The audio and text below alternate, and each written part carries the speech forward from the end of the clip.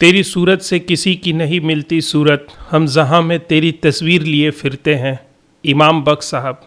बॉलीवुड की पहली एक्ट्रेस जिसकी तस्वीर जुलाई 1976 के विश्व प्रसिद्ध टाइम्स मैगजीन ने अपने फ्रंट पेज पे छापा और आलम यह हुआ कि उस एडिशन की बिक्री बढ़ गई जिसमें परवीन बाबी पहली बार नजर आईं और इस तरह पूरी दुनिया ने पहली बार इनको देखा।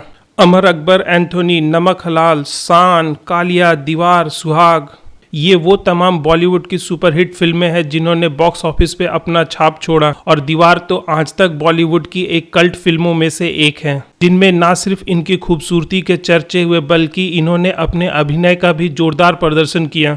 इमाम बख्श साहब की शायरी, तेरी सूरत से किसी की नहीं मिलती सूरत, हम जहां में तेरी तस्वीर लिए फिरते हैं, शायद ये परवीन बाबी पे बिल्कुल ही फिट बैठता है। इनका जन्म होता है गुजरात के जूनागढ़ रियासत में 4 अप्रैल 1954 को बली मोहम्मद खान बाबी के घर। ये अपने माता पिता की एकमात्र संतान थी। बली मोहम्मद खान जूनागढ़ रियासत के नवाब थे। नवाबों के घर में आई एक नन्ही सी परी 14 साल के बाद इनके माता पिता उस वक्त खुशी से पागल हो उठे थे। इनका ताल्लुक बाबी पठान से था। बाबी पठान दरअसल पाकिस्तान और अफगानिस्तान का एक ट्राइब था जो जूनागढ़ में 1654 में आया और जूनागढ़ रियासत की नींव रखी।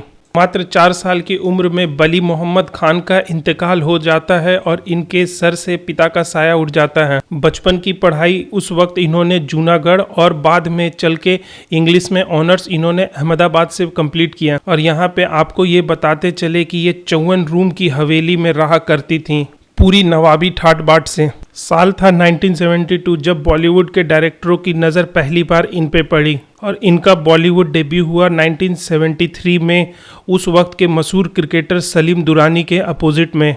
फिल्म का नाम था चरित्र। फिल्म तो बॉक्स ऑफिस पर पिट गई, पर ये नहीं, इनके जलवे ने पूरे बॉलीवुड और पूरे हिंदुस्तान को अपना दीवाना बना दिया। 1974 में पहली बार पर्दे पे अमिताभ और परवीन बाबी की जोड़ी आई। फिल्म का नाम था मजबूर। फिल्म बॉक्स ऑफिस पे हिट साबित हुई और फिर क्या था, अमिताभ और इनकी लगातार 8 फिल्में आई जिनमें शामिल है बॉलीवुड की कल्ट फिल्में अमर अकबर एंथोनी, नमक हलाल, शान, कालिया और सबसे महत्वपूर्ण दीवार। दीवार वो फिल्म है जिस फिल्म की डायलॉग आज तक लोगों के जुबान पे चढ़ा हुआ है। इनकी आखिरी बॉलीवुड फिल्म थी आकर्षण जो आई 1988 में। ग्लैमर कुछ इस कदर कि इनके सामने हॉलीवुड भी फेल नजर आता था। अफेयर, वो कहते हैं ना कि जब ऊपर वाले ने चांद बनाया तो उसमें भी एक दाग लगा दिया, ठीक इसी प्रकार रही परवीन बाबी की निजी जिंदगी भी। हर रिलेशन में इनको धोखा ही मिला। पहली बार परवीन बाबी का नाम उस वक्त के बॉलीवुड स्टार या बॉलीवुड विलन भी कह सकते हैं डैनी के साथ जुड़ा। दूसरी बार इनका नाम जुड़ा कबीर बेदी के साथ। दोनों ने एक साथ एक फिल्म में काम किया। फिल्म का नाम था बुलेट। और आपको ये बताते चले कि जिस वक्त इनका और कबीर बेदी का नाम आपस में जुड़ रहा था उस वक्त कबीर बेदी पहले से ही शादीशुदा और 2 बच्चों के बाप भी थे। अब बाद में इनका नाम जुड़ता है उस वक्त के बॉलीवुड में स्ट्रगलिंग डायरेक्टर के तौर पे जाने जाने वाले महेश भट्ट के साथ। किस्मत का खेल देखिए, वो भी पहले से शादीशुदा थे।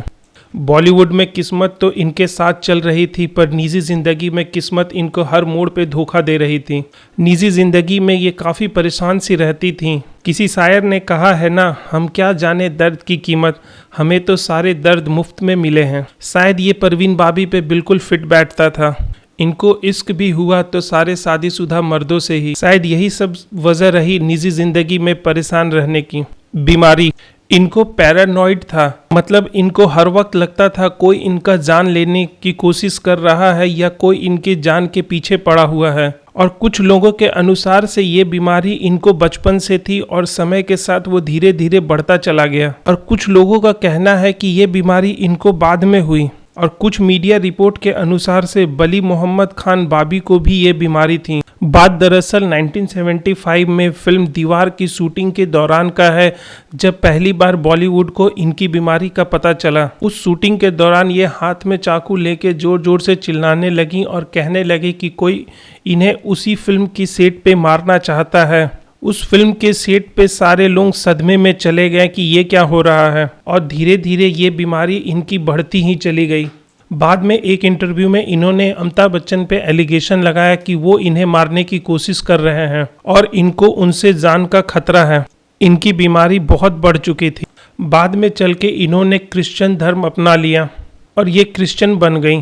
ये मुंबई में अपने पेंट हाउस में अकेले रहती थीं। 22 जनवरी 2005 को इनका डेथ हुआ, लेकिन शायद ये पहले ही मर चुकी थीं। अंदर के हादसों पे किसी की नज़र नहीं, हम मर चुके हैं और हमें इसकी खबर नहीं।